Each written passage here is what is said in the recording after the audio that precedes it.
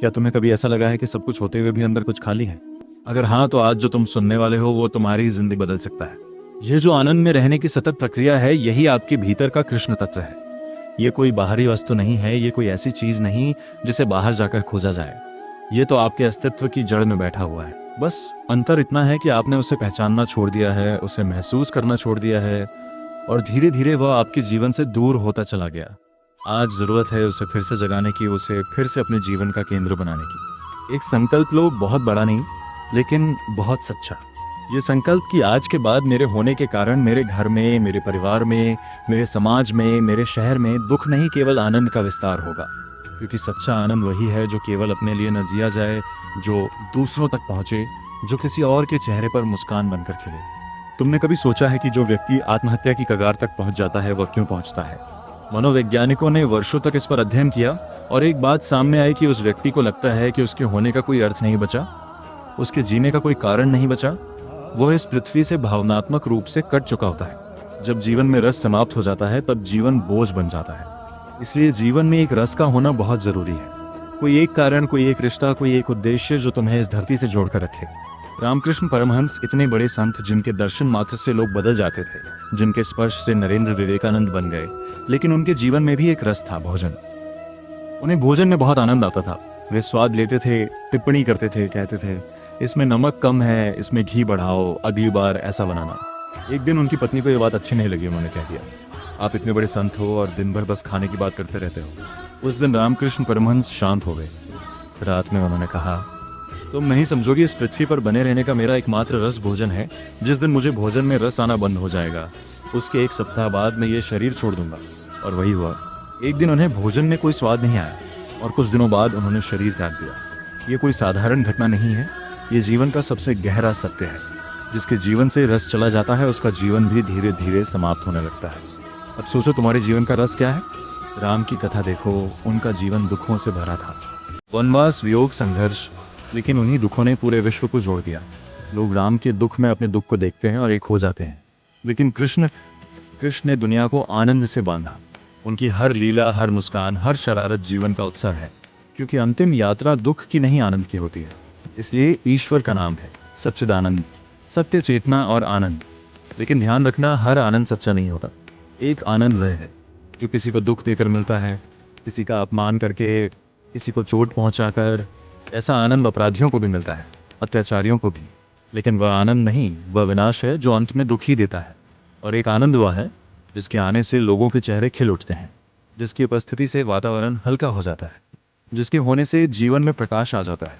आज खुद से एक सवाल पूछो, तुम्हारे होने से क्या होता है? अगर तुम्हारे आने से घर में तनाव बढ़ता है, तुम्हारी बातों से लोग आहत होते हैं, तुम्हारी उपस्थिति से लोग असहज हो जाते हैं, तो तुम जी तो रहे हो, लेकिन सही अर्थ में नहीं।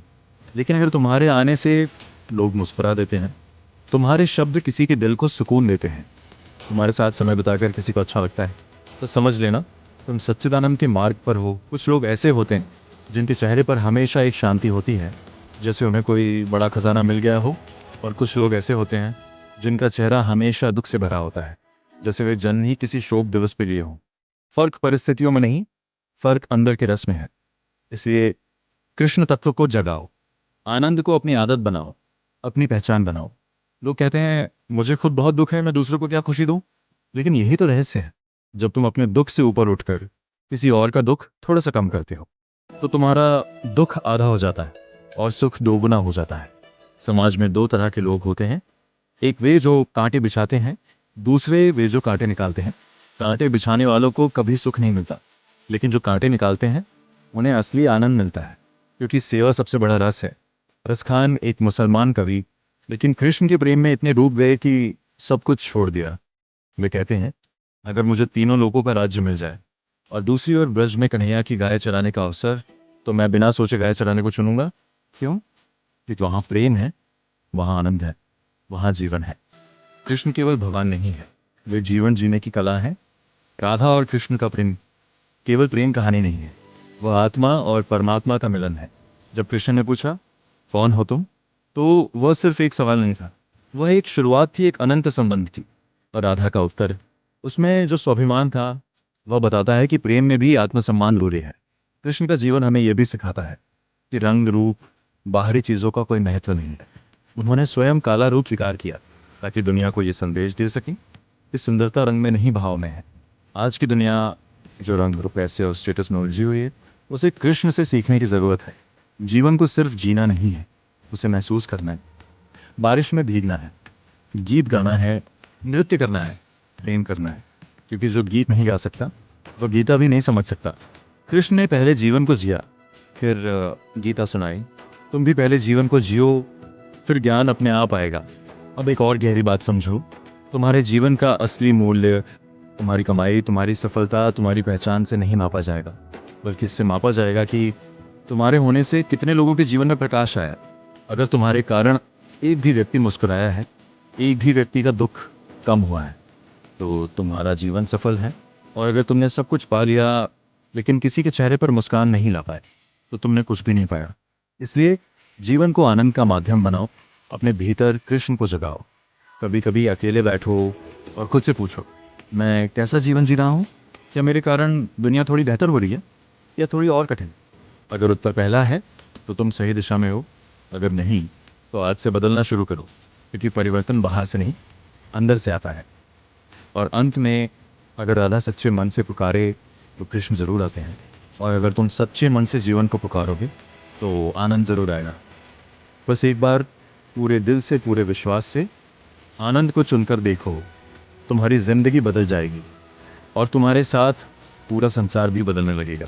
अभी जो लिखा है वह एक शुरुआत है, एक दिशा है, लेकिन आनंद की यह यात्रा इतनी छोटी नहीं होती कि कुछ शब्दों में पूरी हो जाए।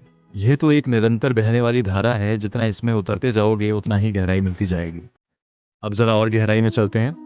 तुमने कभी ध्यान दिया है कि छोटे बच्चे हमेशा आनंद में रहते हैं? उनके पास ना कोई बड़ा लक्ष्य होता है, ना कोई बड़ी उपलब्धि, ना पैसा, ना प्रतिष्ठा, फिर भी वे खुश रहते हैं। क्यों? क्योंकि उनके अंदर कृष्ण तत्व जागृत होता है। वे वर्तमान में जीते हैं, हर छोटी चीज में आनंद ढूंढ लेते हैं। एक खिलौना, एक बारिश की बूंद, एक तितली, सब उनके लिए उत्सव है। लेकिन जैसे जैसे हम बड़े होते हैं, हम जीना भूल जाते हैं। हम सोचना शुरू कर देते हैं।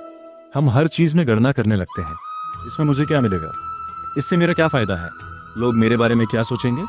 और यही गणना धीरे धीरे आनंद को खत्म कर देती है। कृष्ण का जीवन देखो, उन्होंने कभी जीवन को बोझ नहीं बनाया।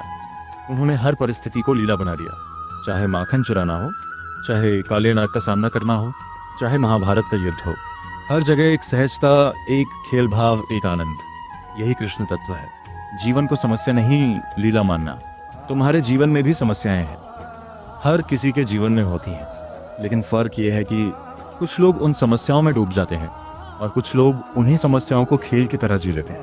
अब एक और गहरी बात समझो, आनंद कोई परिणाम नहीं है, आनंद कोई उपलब्धि नहीं है, आनंद एक स्थिति है। तुम ये मत सोचो कि जब मुझे ये मिल जाएगा तब मैं खुश हो जाऊंगा, क्योंकि ये जब कभी खत्म नहीं होता। पहले तुम कहोगे जब मुझे नौकरी मिलेगी तब खुश रहूंगा, फिर कहोगे जब प्रमोशन मिलेगा तब खुश रहूंगा, फिर जब घर बन जाएगा तब खुश रहूंगा, और इसी जब में पूरी जिंदगी निकल जाती है। कृष्ण कहते हैं अभी खुश हो जाओ, कारण अपने आप बन जाएंगे।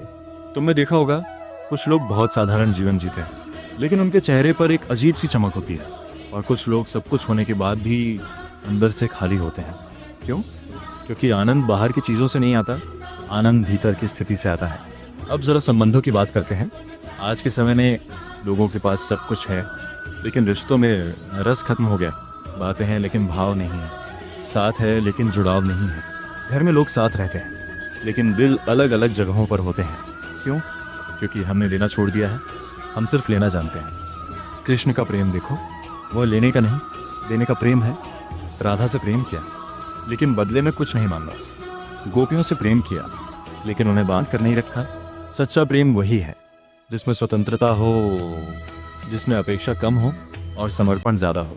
अब एक और महत्वपूर्ण बात, आज का इंसान बहुत जल्दी थक जाता है, शरीर से नहीं मन से, क्योंकि उसके जीवन में आनंद नहीं, सिर्फ दौड़ है। सुबह उठते ही दौड़, दिन भर दौड़, रात को भी दौड़ के बारे में सोचना, और फिर कहते हैं जीवन में शांति नहीं है। शांति मिलेगी कैसे जब तुमने खुद को ही समय नहीं दिया। कभी कभी रुकना ज़रूरी है, कभी कभी खुद से मिलना ज़रूरी है। थोड़ी देर के लिए सब कुछ छोड़ दो, मोबाइल, काम, चिंता, और बस बैठो शांत होकर। तुम देखोगे अंदर एक हल्की सी खुशी उठ रही है, बिना किसी कारण के, वही तुम्हारा असली स्वरूप है। अब एक आखिरी और सबसे गहरी बात, आनंद का सबसे बड़ा स्रोत है सेवा। जब तुम अपने लिए जीते हो तो तुम्हें सीमित सुख मिलता है, लेकिन जब तुम दूसरों के लिए जीते हो तो तुम्हें असीम आनंद मिलता है। किसी की मदद करना, किसी के आंसू पोंछना, किसी को हंसाना, ये छोटी छोटी चीज़ें तुम्हें उस आनंद से भर देती हैं जो किसी बड़ी सफलता से भी नहीं मिलता। इसलिए अपने जीवन को सेवा से जोड़ो। किसी बड़े मंच की ज़रूरत नहीं है, अपने घर से शुरू करो। अपने माता पिता को समय दो, अपने दोस्तों को समझो, किसी अनजान व्यक्ति की मदद करो। तुम देखोगे तुम्हारा जीवन बदलने लगेगा। और अंत में ये मत सोचो कि तुम्हें पूरी दुनिया बदलनी है। बस अपने आसपास की छोटी सी दुनिया को बदलो, एक मुस्कान से, एक अच्छे शब्द से, एक सच्चे भाव से। क्योंकि जब एक दीपक जलता है तो वह अंधेरे को खत्म नहीं करता, लेकिन जहां तक उसकी रोशनी जाती है वहां अंधेरा नहीं रहता। तुम भी वही दीपक बनो, अपने भीतर के कृष्ण को जगाओ, आनंद को अपना स्वभाव बनाओ, और फिर देखो तुम्हारा जीवन केवल जीवन नहीं रहेगा, वह एक उत्सव बन जाएगा।